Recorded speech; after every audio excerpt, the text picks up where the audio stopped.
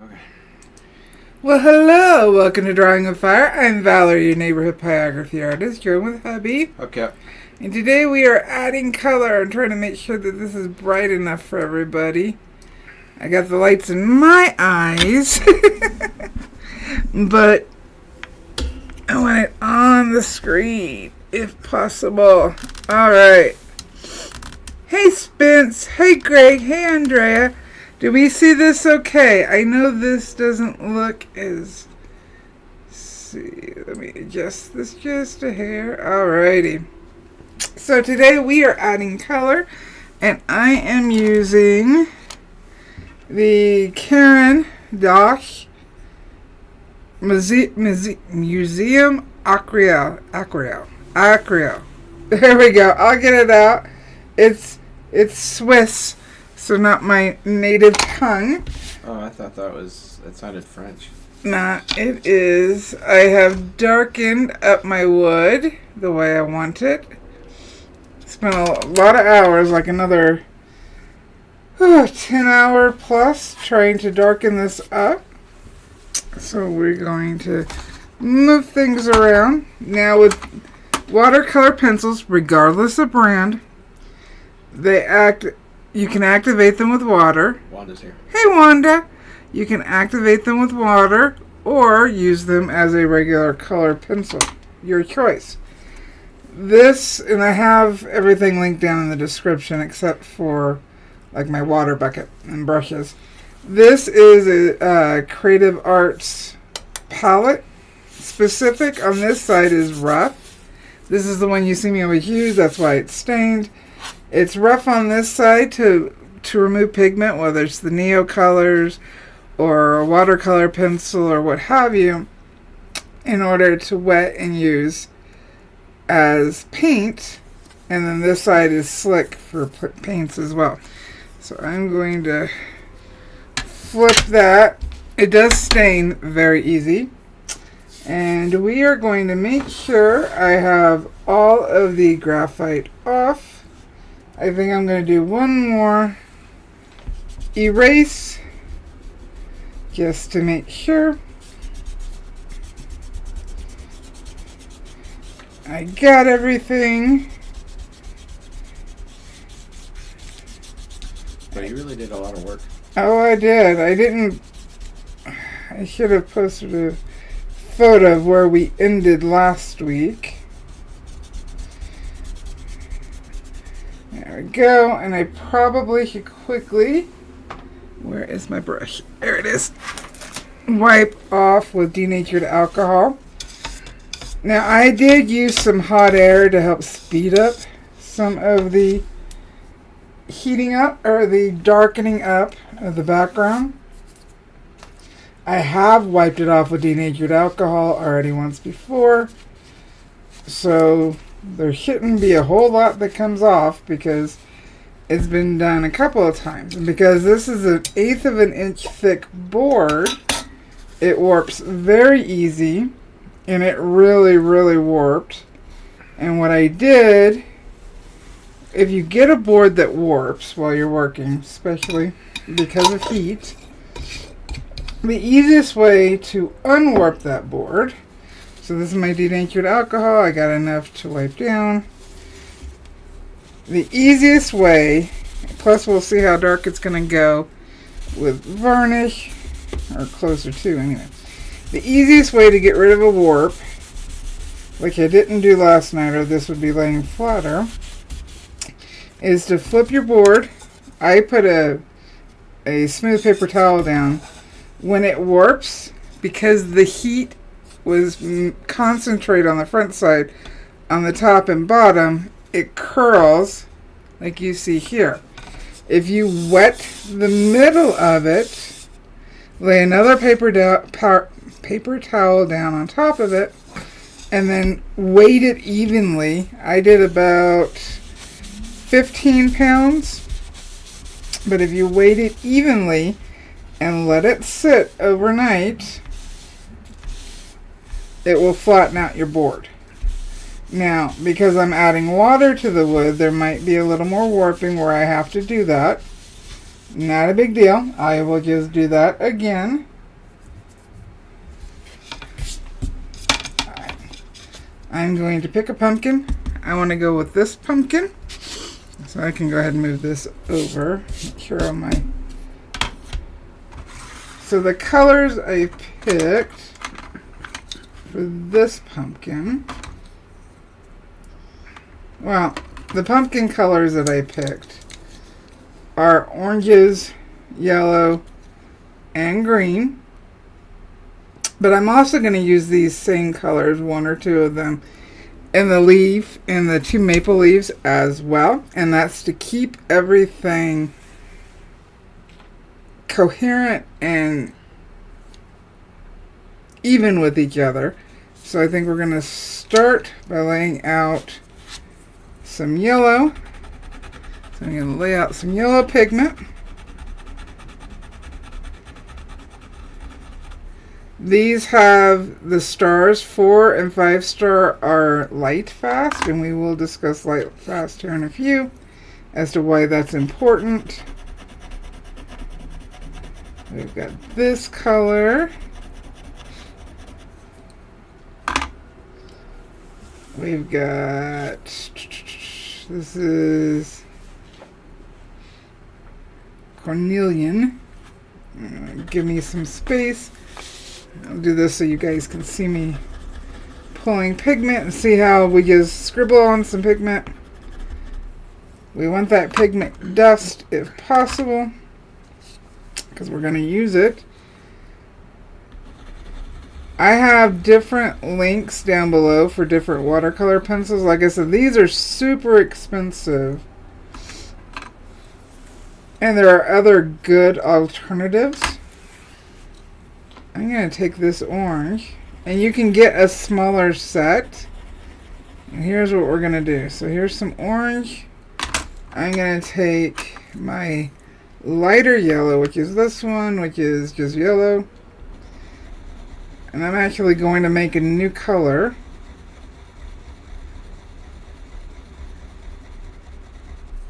Like that. And let's see here, on our green, I'm going to use dark olive. And I'm intentionally giving myself space so I have mixing room. And all we have to do is take a paintbrush with a little bit of water, and it will activate these pigments. And let's see here, I'm trying to pick which color, because there's some green inside that pumpkin that I would like, just because it gives us a little bit of color break. There we go. So I'll use those. Grab a paintbrush. Let's see here. I think, because we're going to start with the yellow, this is a brand new paintbrush. I'm going to wet it. Break off. They come with a little bit of sizing on them. So I'm just going to wet it. Get some of that sizing off. You see, this is what's going to happen. We're going to activate this yellow right here. Turn it into paint. Now, it's really important, if you can, to use color, whether it's colored pencils, whether it's watercolor pencils, markers, or what have you, that you use colors that are light fast. And I will show you an example of exactly what light fast is. I'm trying to think. That's a little brighter than I want. So in order to cut down, and pull some pigment off, cut down and make it not as bright, we can add more water to it.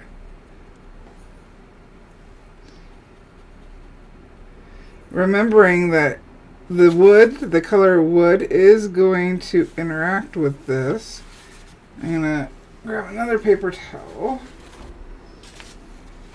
I'm going to pull some water from the base of my paintbrush. We're going to take a deep breath and we are going to jump in. And I'm not going to be exact with my color because it is a pumpkin. Hopefully, oh, this is a little washed out on that side. So let's move it over here so you can better see. Spence says looks awesome. Thank y'all.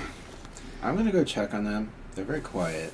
I don't necessarily think anything's going on, but yeah, I'll be right back. I'm actually going to paint some orange on top of this. To see how I don't have a whole, my paintbrush is not dripping with water. I'm keeping it pretty dry as much as I can. So we're going to use the edge, paint some up in here. I need to activate a little bit more. So I'm going to activate it. Pull some water just by touching the base of my paintbrush. It's going to pull pigment. As long as I know that. Totally okay. As this dries, it is going to shift. See how it's getting more of a pale yellow. Take it down into the shadows as well.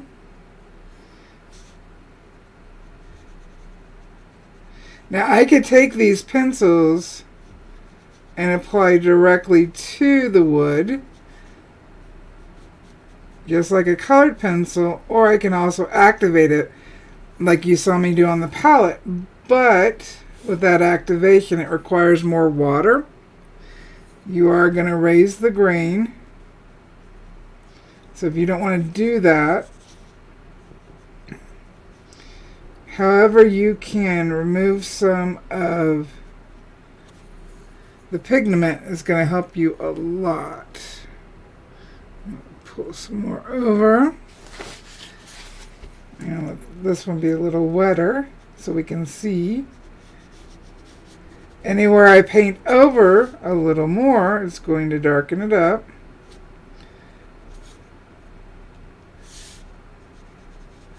See, for me, I've found that watercolor pencils sit better on top of burning, which is why I tend to gravitate towards them. I'm going to leave some of these lighter.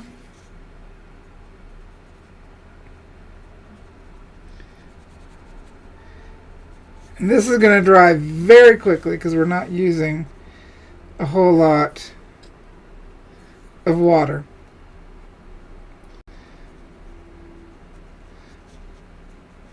Alright, so let's grab some of our green. We can always add more later. So we're going to activate the more olive green that's down here on the bottom.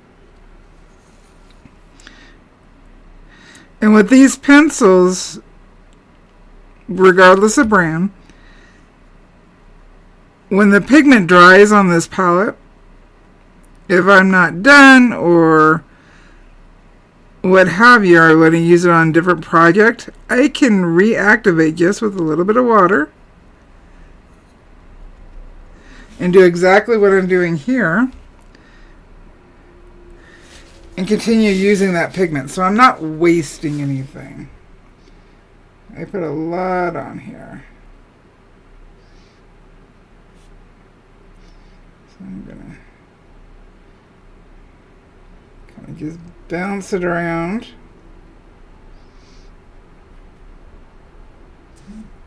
Go over some of the yellow.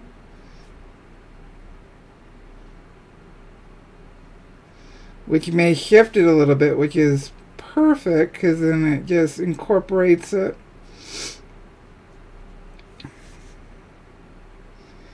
Let's see here. We got a lot of green right here in the middle.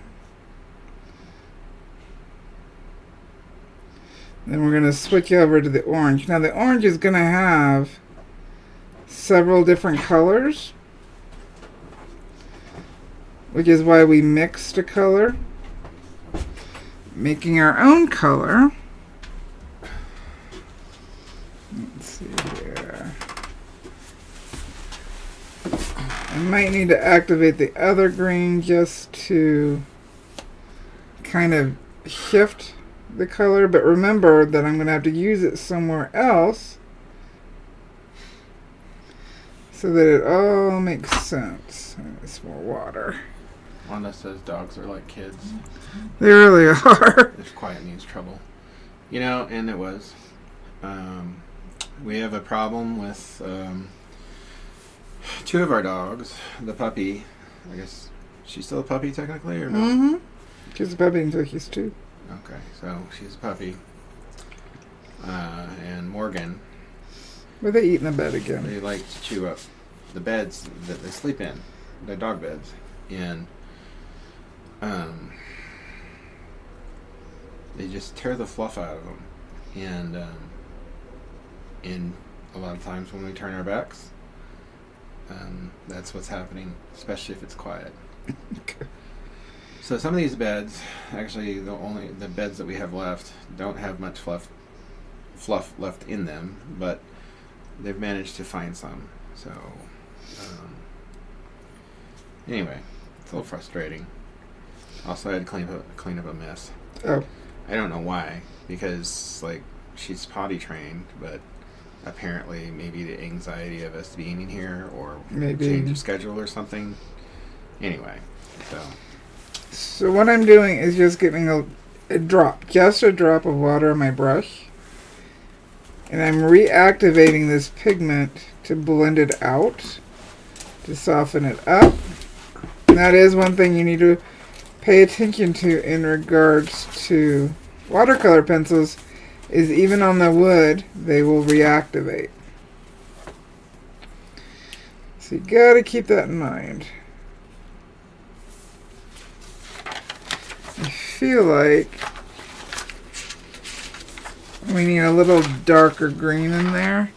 Let's see here. Yeah, see how it's showing up for you guys. I'm going to activate this darker green just a little bit, just so I can kind of offset the brighter green.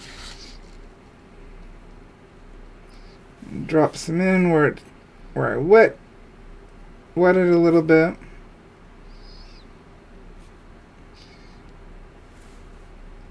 You could also do this with watercolors, but again, you have to pay attention to the colors you use and the brand,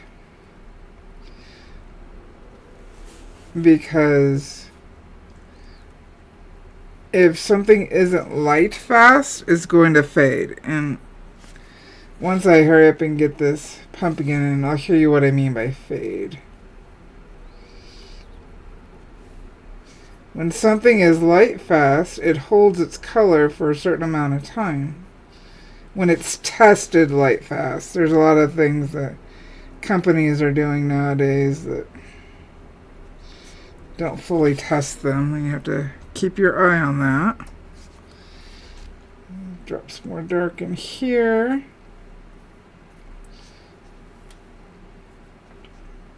And any color that we use, I'm going to try to use in a different place if possible. Clean my brush so I can kind of blend a little bit. So this board is going to curl again because I'm wetting it. We'll see how bad it curls. And if you push too hard or have your brush too wet, you can actually remove the color. Though it's easier on watercolor paper than it is on wood. Right now I'm trying to move it around a little bit.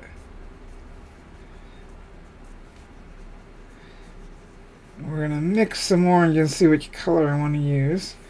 I wasn't exactly sure. Excuse me, I've never used these. so I wasn't sure what I was going to like. We can always drop some more green in later.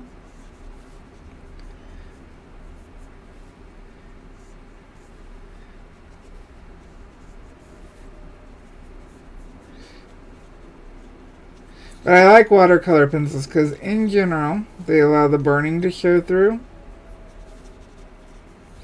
Let's drop a little tad bit of color on this just to kind of break it up a little bit.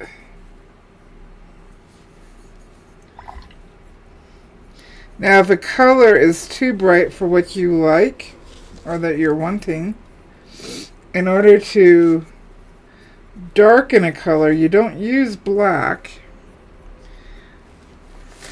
You use the opposite color, or what they call complementary. Let's drag this out. And so for green, a version is going to be red. For yellow, it is blue.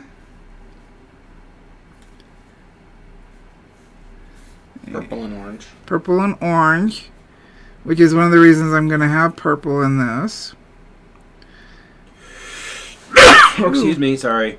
I'm sorry, any headphones. Oh god, that was sudden. I'm trying to get a lighter. And when you use complementary colors, I think maybe people know this, but the colors have better contrast and they're more pleasing together. That's hence the term complementary. So if you're using complementary colors, your composition a lot of times will be a lot more attractive. It'll be a lot more pleasing. So that's why you see those colors in combination in a lot of graphic design or artwork, because it works. I'm just adding this yellow. It's a little more orangey.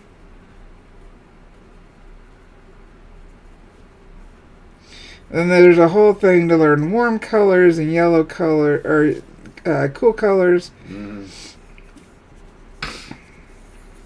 So when you blend two colors, if you're not getting purple out of a red and blue, you're getting more of a gray or brown.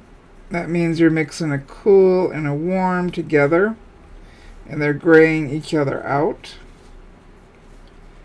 So if you've had that problem in the past, it would be helpful for you to learn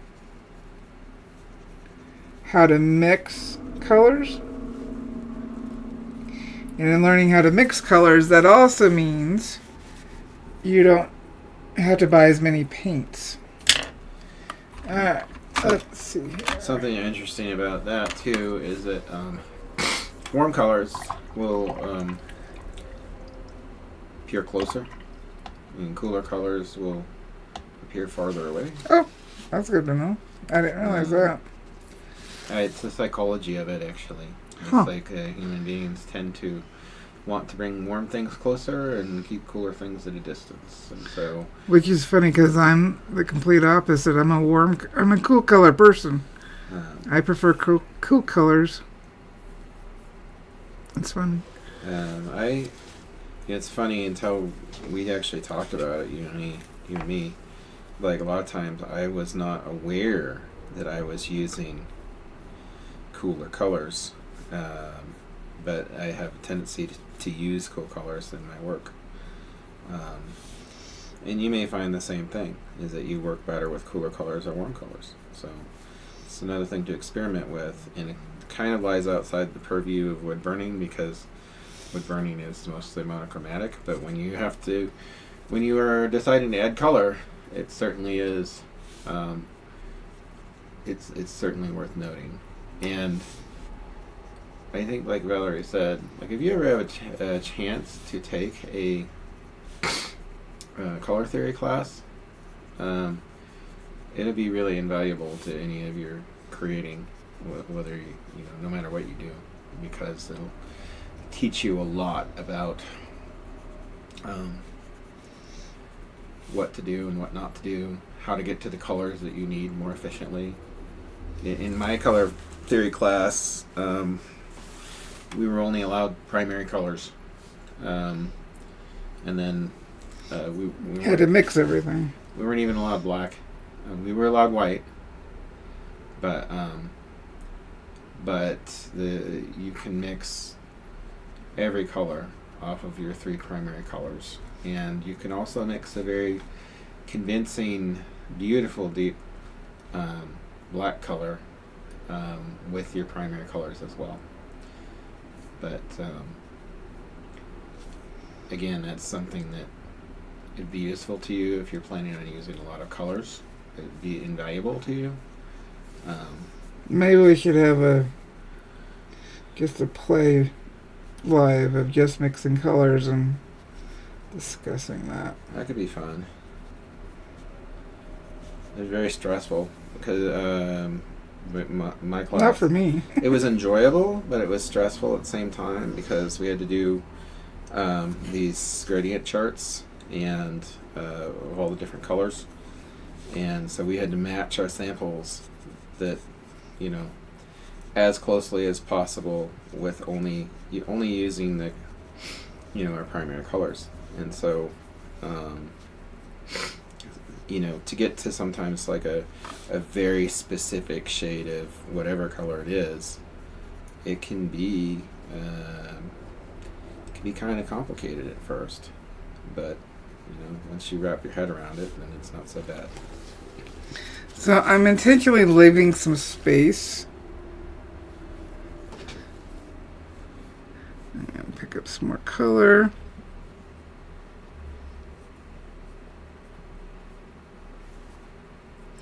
And pick up a little bit of that color too. Pull some water so I have more pigment than water on my...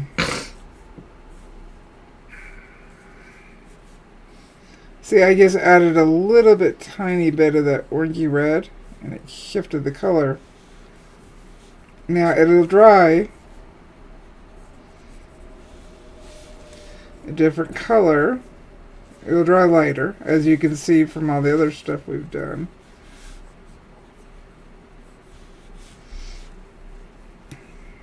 I am trying to leave us some space.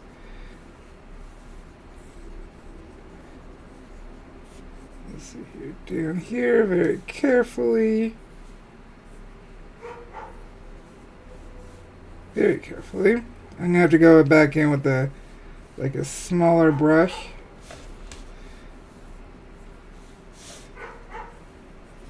And I'm intentionally trying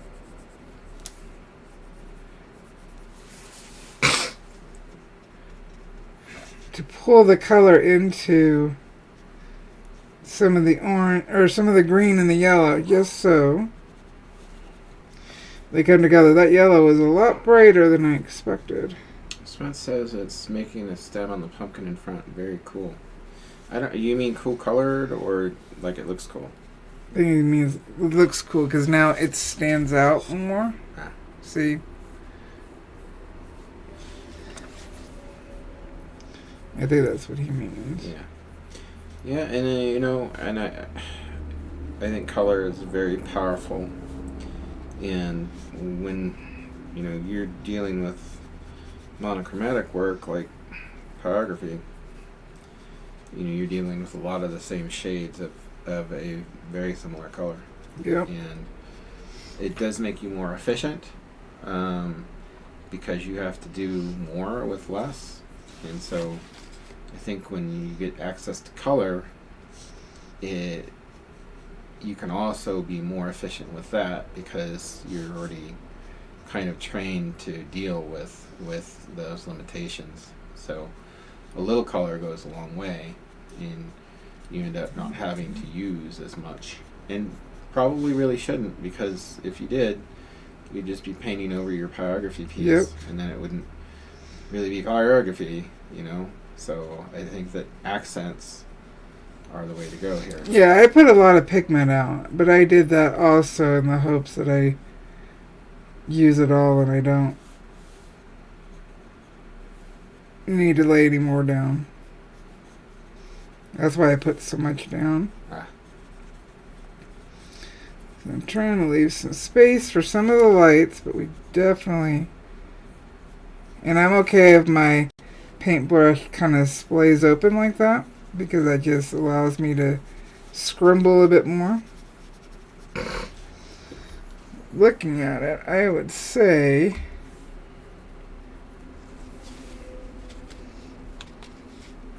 I got a little bit more water on my brush because I need to kind of blend it a little bit more. It's a little harsher than I want.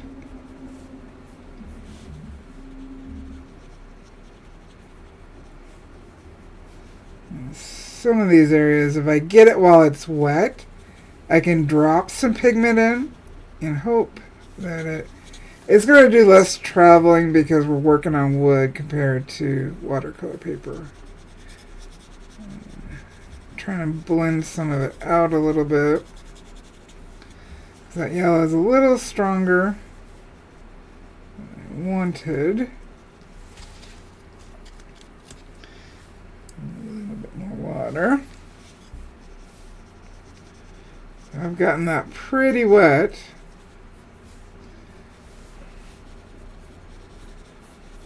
We're going to add, I think, a little bit more of that darker green.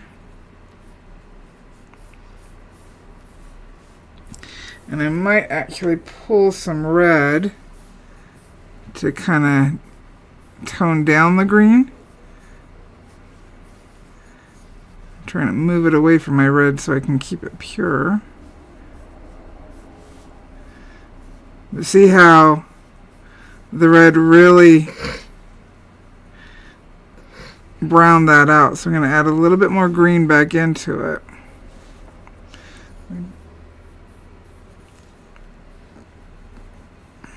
See, just a drop of that red really, really did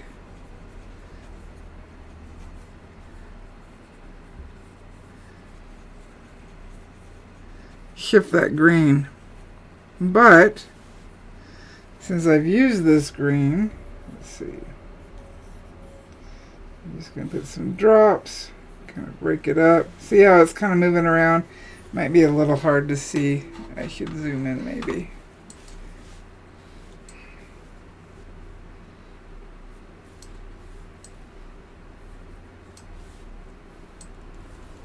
There we go. It's going to follow the grain.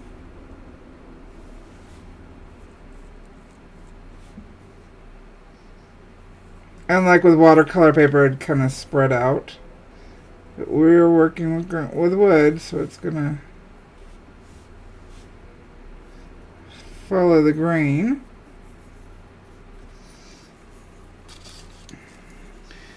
Need a little bit more water.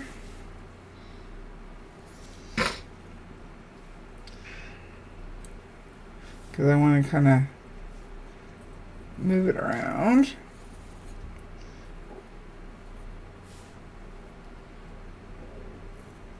Let's see, I gotta put some more pigment. See, you can really see it move. Now the burn, as long as you're careful doing this, the burn will act like a resist to keep the color from moving outside of where you want it, which is why I was being so careful with how I was laying down the burn.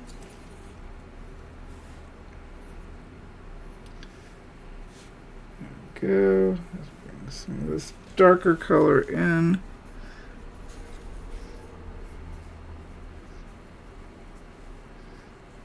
So it's just a matter of using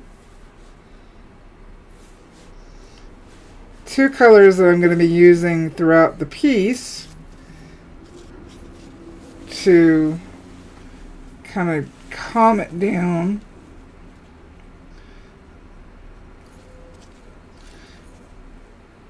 And get a little bit of a different color. But because I've used this green already in this piece, it will match. So if you find your colors aren't matching, that may be part of the problem. You're using a bunch of colors, and you might get more out of using fewer colors in mixing.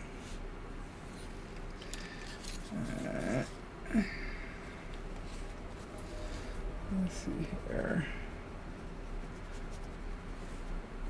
I definitely feel like I need some more orange. This right here is lighter.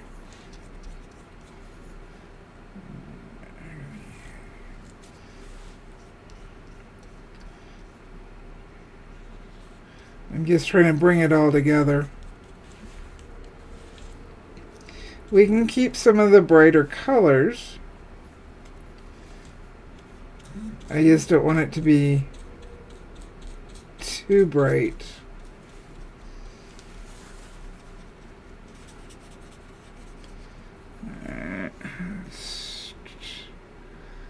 Add a little bit more orange.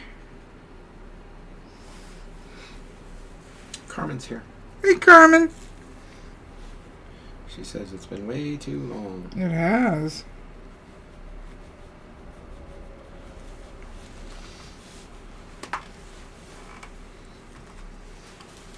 Anywhere that I'm going to want white, I can always go back over it with the pan pastel. So I'm not worried about it.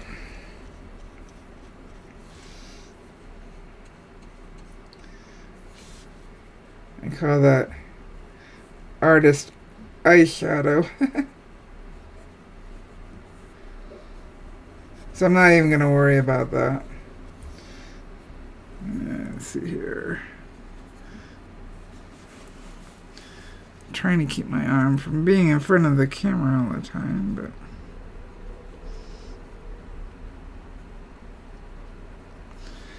the more I water something down, the lighter it's going to be.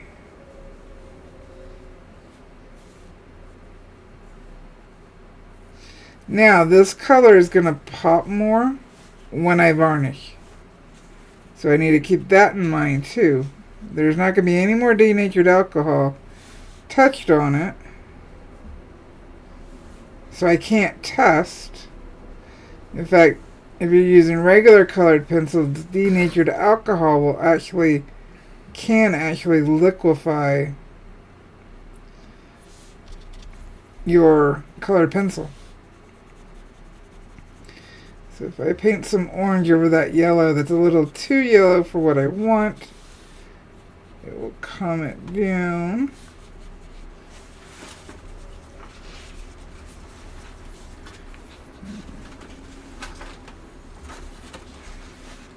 I want to hurry up and get this done.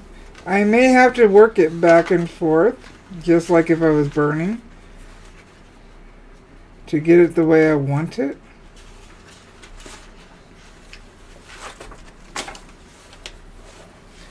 As long as I know that,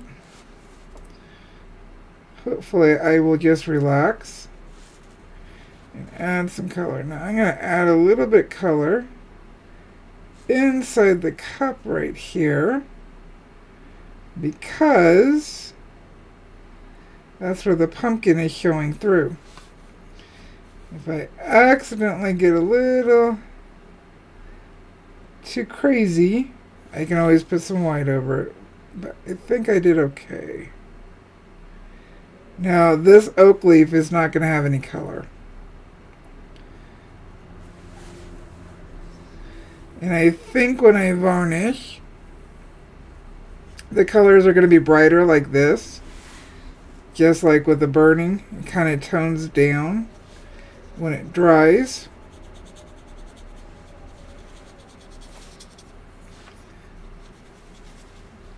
So I need to keep that in mind.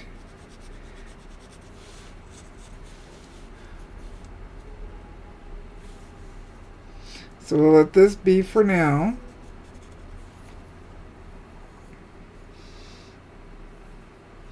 I can always come back and make those adjustments. But in order to leave it be, I actually have to leave it be and let it dry. Instead of trying to continue working it. Alright, so we're going to let that dry. We're going to move over down here, away from this pumpkin. We're going to move down to this leaf. Now, I'm going to use the same greens that I've already used. Clean my brush. Keep my brushes away from my wood so that I don't get... Oop. Alright, let's see here. I need to put my wood right about here and we'll watch that dry. Literally paint dry. So, if I'm using scarlet red, I need to use a warm, well, actually no, in this case, I need to use a cool purple. Let's see here. These are more cool, and it may be hard for you to detect, whereas that's a warmer. In order to see cool and warm colors, blues are cooler and reds are warmer. And where is my color wheel? I forgot. I didn't see it and I didn't grab it. Shoot. Should have grabbed my color wheel. I can go get mine. Oh, please. Alright. Let's see here. Give me another opportunity to check on them. They're so quiet. Let's see. This is Crimson Aubergine. We'll put this down here. See if I like it.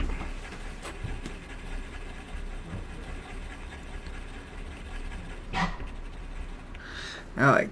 Oh, you guys can't see. Sorry. I know the light. Let's see here. Let's try this. Maybe you guys will see a little bit better. And it's not in my eyes. Let's see what the scarlet looks like. It definitely helps if you can swatch out your colors ahead of time. I didn't even think about it. That would have helped me a lot had I swatched out my colors. Let's see here. I already used that one. Purplish red.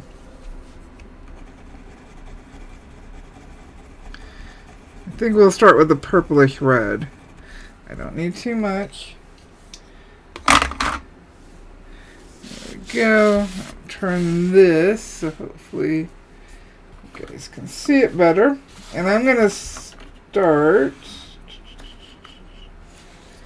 with...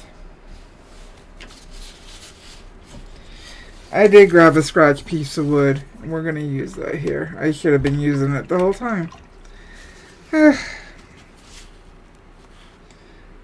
Completely spaced that. Alright. So that would be considered a cool red. I do like that color. This is what it looks like.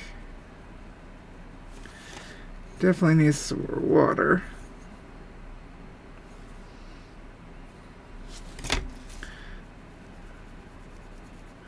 So that's a cool red.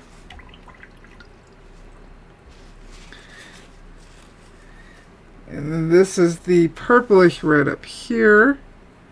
Ooh, that is a bright purple.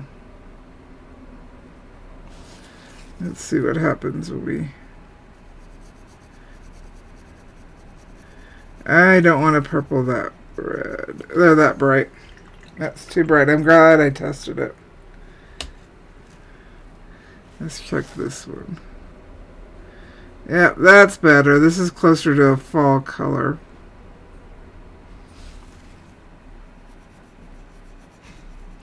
Yep, that's more than... That's what I was looking for. Alright. That's why swatching out is really important. I'm using... These are Caran Dosh watercolor pencils. This one's got 2 different sides to it. Oh, thank you. You sure that's not mine? No. Okay. Well, I think we had 2. Okay, I probably dropped mine. But, I mean, but what's mine is yours, so guess it is yours. So, because there's one thing we need to keep in mind. Because red and green are opposite, we can't paint them up against each other or they're going to gray out. So I have to decide. So for the outer part of the leaf, we want it to be more red. Then we're going to put the purple in between the red and the green. And then we don't have to worry about them graying each other out.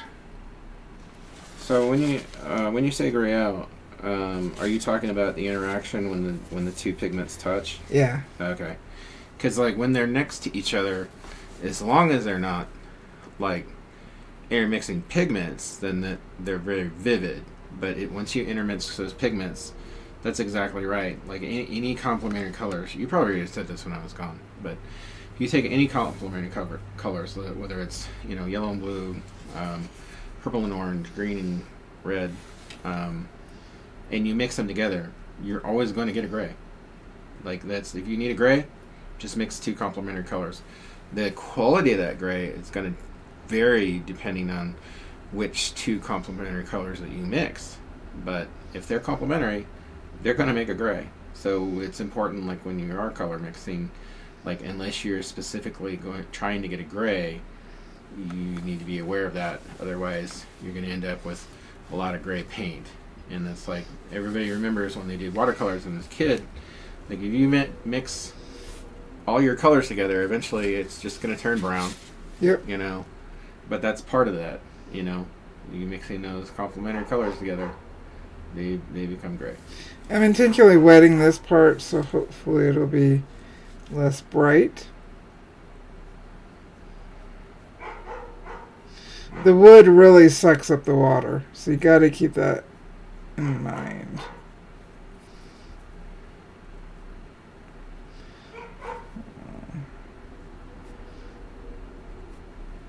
Drag some of this down.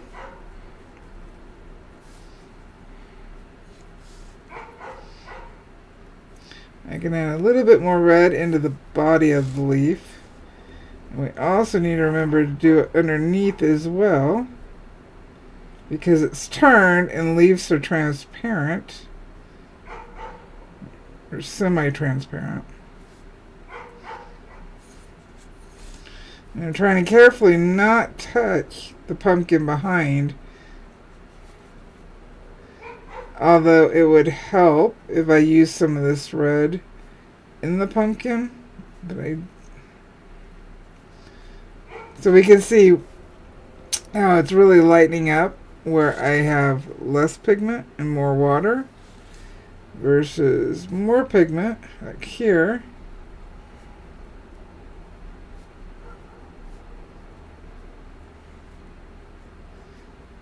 This I didn't want at all. And I know I'm going to paint some purple there.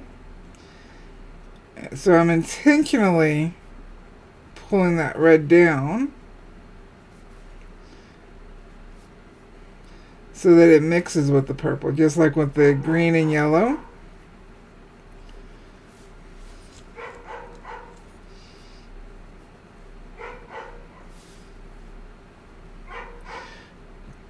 Doesn't move as easy as it does on watercolor paper, so I got to keep that in mind because that like pinked out, but that's actually okay.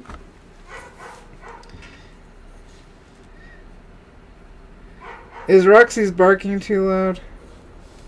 Because if it's not, then I'll just let her be. I put a little bit more water on my brush, but I also put more pigment. Just like with changing how you use your pen, how much water versus how much pigment you use changes the outcome. so I know. Oops, that was a lot more than I expected. Oh well. It's there now. Not gonna stress over it. We got about 8 minutes left to top of the hour. Oh, then let me switch colors. Jeez. How did that go so quick? We didn't even talk about light fast. Alright, I'm going to put something on the screen. I'm going to keep painting. But I'm going to put... Where? Alright, real quick. So, this was a color test I was doing for some student grade watercolor pencils. And what I want you to see is where you don't see any pigment right here. There was pigment there. Let me turn that. There was a long line of pigment here. There was actual pink here that's completely gone. Where you see color here, it was covered up away from the sun. This is where it was exposed to the sun. And you see very little, if no color. This is how bright this was supposed to be. But once the sun got a hold of it, same here. Light fastness is something that they use to score how strong a pigment is and how long it's supposed to last. So student grade watercolors, watercolor pencils, they're not meant to last a long period of time. They're student grade. They're cheaper. That's the point, is to get you to start creating and help you practice versus professional art supplies that are meant for you to create and sell your work. So if you have a pigment that is like multiple, if you have a color that's multiple pigments and one of them is not a light fast pigment, alizarin crimson, beautiful, beautiful red, it is not light fast, so it will fade real quick. I intentionally wet the wood right here so that I could get the purple to spread a little bit more. So a lot of times, especially in commercial illustration, they'll use very, very vivid colors, but those colors are not light fast. They use inks, and a lot of inks aren't light fast. In fact, they're acrylic inks can be. Yeah. In fact, they're what's called fugitive colors. Yes. And the reason why they're called that is because they fade very quickly when exposed to light. Well, really, any light, but especially sunlight. But so they do their project, and then they photograph it, and then that piece is going to degrade. Even put away in the dark. Relatively quickly.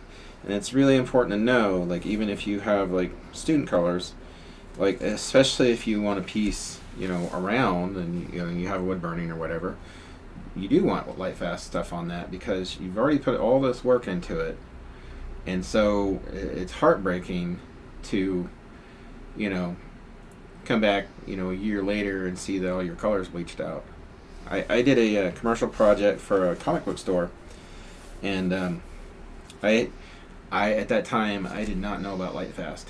So they paid me for this project, and I was a younger artist, and I didn't charge them all that much, but it was a big painting.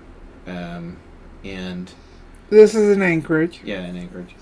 And it was in their front window, and then they moved it to a side door, like directly against the glass facing the sun. Oh, did they? And when I came back years later to see if it's still up, well, it was still up, but it looked like a black and white. It looked like I had done it in black and white. Like it was still clear, like everything was still clear, but it was just completely devoid of color. So you really, especially pyrography, you're doing this beautiful work, and if you're going to add color, make sure that what you're adding is light fast. And even if you do have light fast colors in it, if you're really proud of that work, document it, because so that you can so that you can enjoy how it was when it was at its most vivid. I'll show you what it means. I haven't pulled the tape, but this also, I gotta let this dry for a minute anyway. You saw that I added the green. The red is right up against the edge, and then the purple I did go over in some places, but then the green is right up against it. Even if it grays out a little bit, it is a fall leaf. Mm-hmm. So, totally fine. This is the wood version of what I just showed you on the watercolor. And I'll just do... So this is how I did my test board. Ooh, let me back out. There we go. So this is how I did my test board. And underneath here are the colors that were not exposed.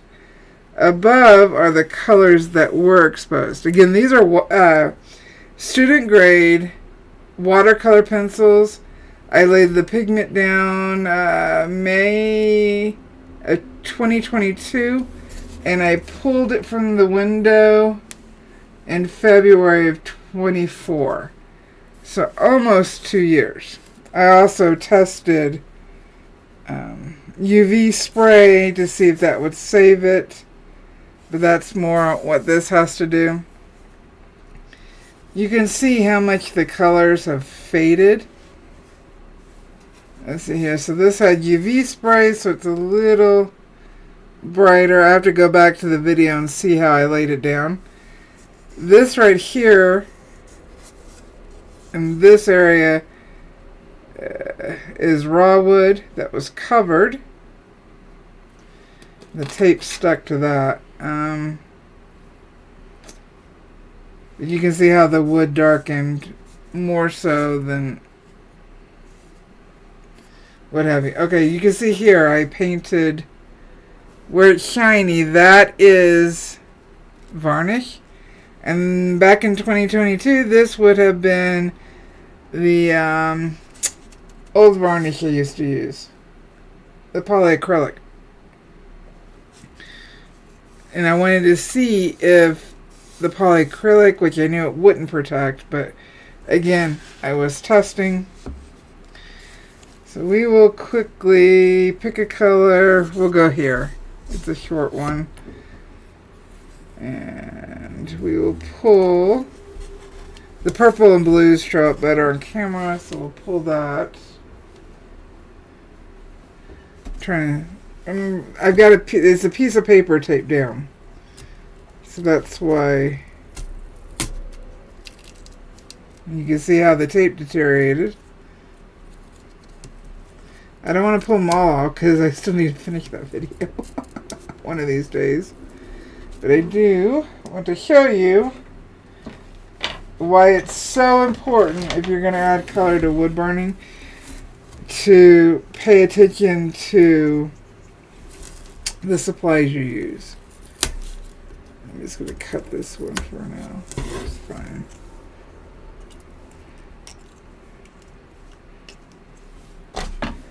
Alright, let's pull it off. Let's see.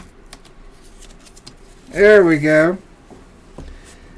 So you can see how much the color changed. And I'm trying to see. Part of it has varnish on it here. This side does not have varnish. This is one color. That's what the color looked like laid down.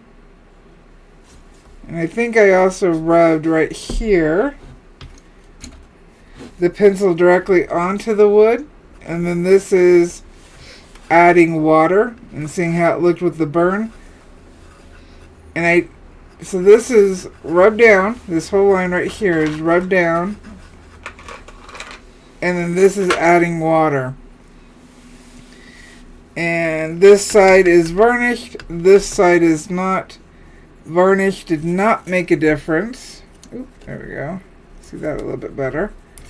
That's the raw wood. The varnish yellowed.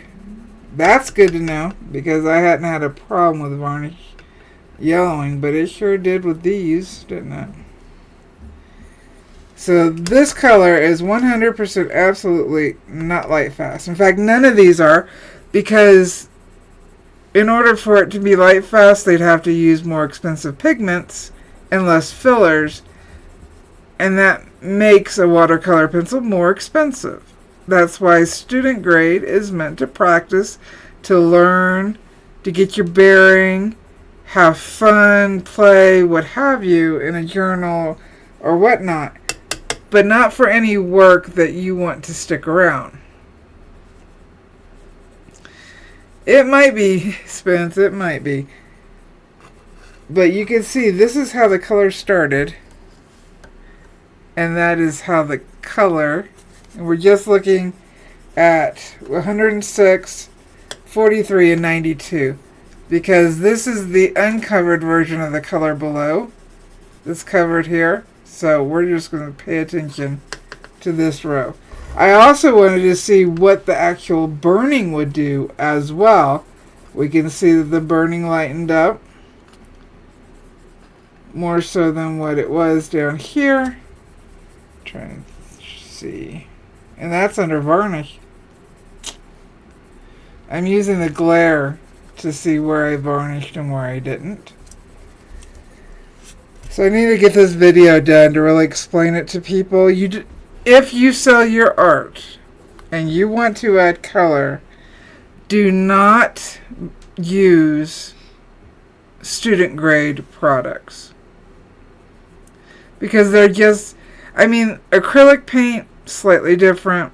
Oil paint, slightly different. But watercolor pencils, colored pencils do the exact same thing if they're not light fast. Any ink that is dye based does this. If you're going to use an ink, you need to use a pigment ink that shows light fastness so that you are aware of what's going on. These are things you need to really, really decide if you're going to add color to a piece. One, how long did you spend on the piece? Just burning. Two, are you selling the piece? Because if you're selling the piece and this fading happens and it was a not family/friend customer or client who had you do the piece and it does this, they are not going to be happy with you. It tells them that you didn't care enough to use a higher product for their work. If it's friends and family, that's a little different story. Yeah, hey, free people. Anything free, different story. Exactly. You know?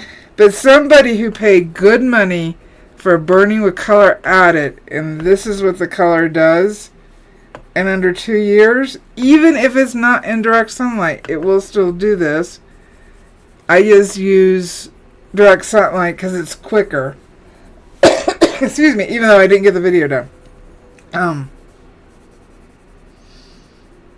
All of this matters if you are selling your work. I think too that oh, this had UV spray. I just saw it marked. This is with UV spray.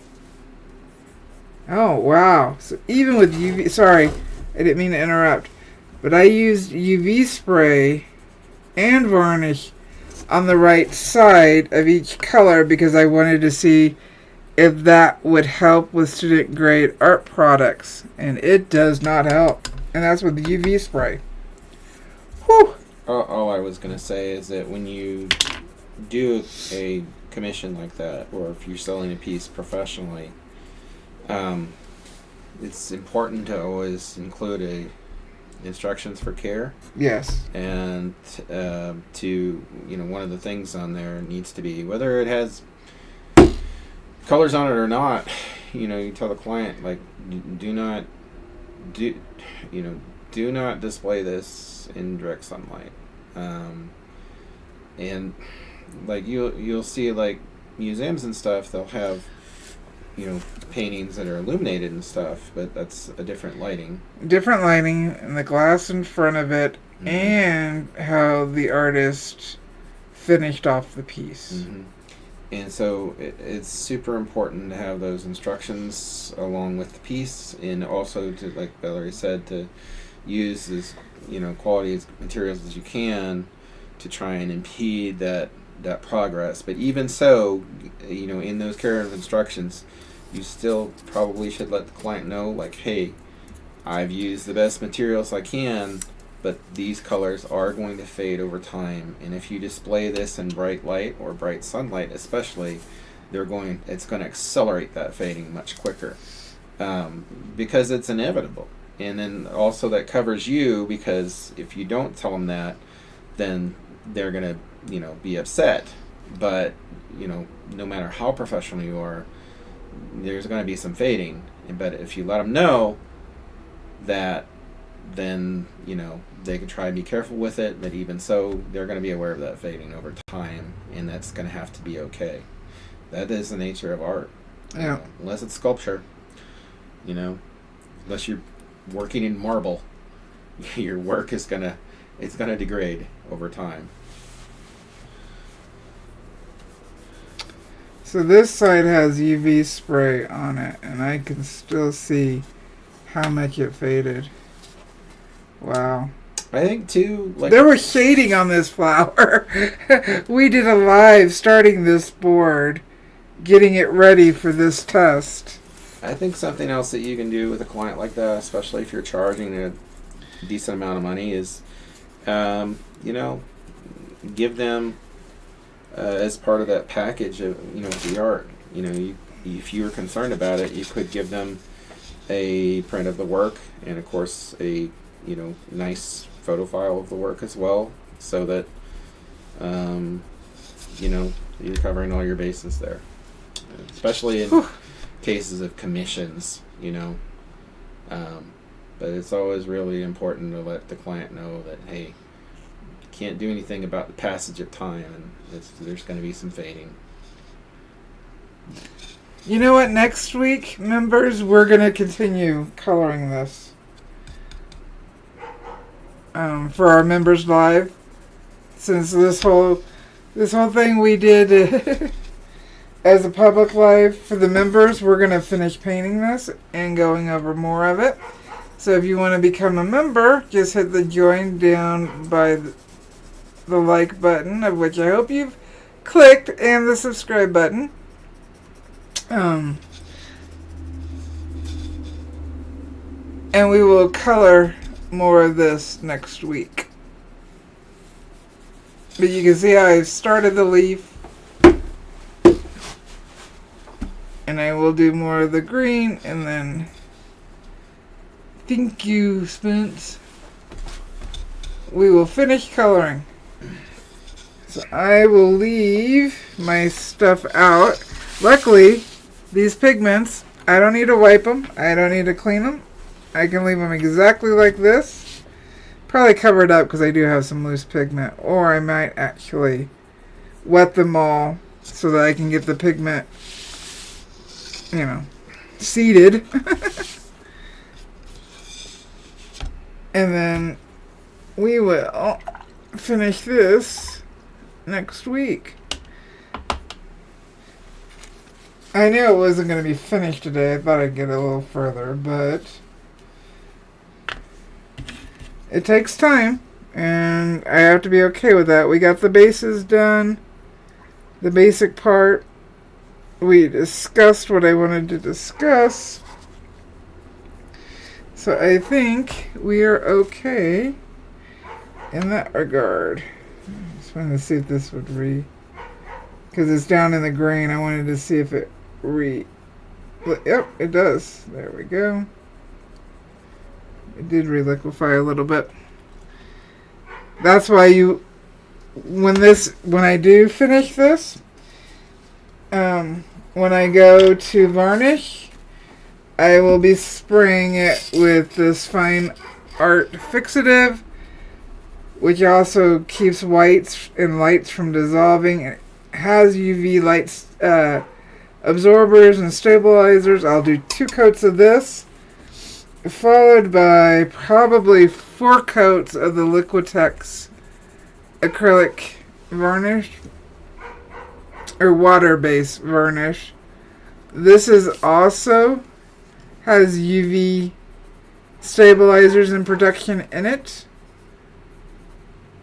So I'm hitting it with 2 different UV protectants, which helps with the burning, as well as the color, plus the colors I'm using. Oh, so I guess there's also 3. So this one has a good light fast. This one, because 5's the highest under Caran, has a super or awesome or whatever they label it. This was the 4. I believe in this set, I thought it was 4s and 5s, but it's obviously 3 4s and 5s. So I'll need to keep that in mind, and with the varnish I use, it will help as well. So, I'm trying to see. I'm going to need to darken where the shadow is, because I kind of lost it. See, it rubs off just a little bit. So if I brush directly on it with a varnish, it would lift it up, reactivate it and lift it up, and smear it all over my board, which I do not want. If we don't have... Thank you, Carmen. If we don't have any further questions...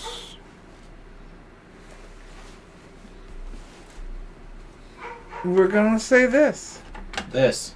You know what to say when I get down there. I think this is what I want. Let me make sure it's what I want. It is. It's what I want. Say with me. You're awesome. You can do this. Why? You're a pyro artist. Happy birding, guys. Bye. Bye.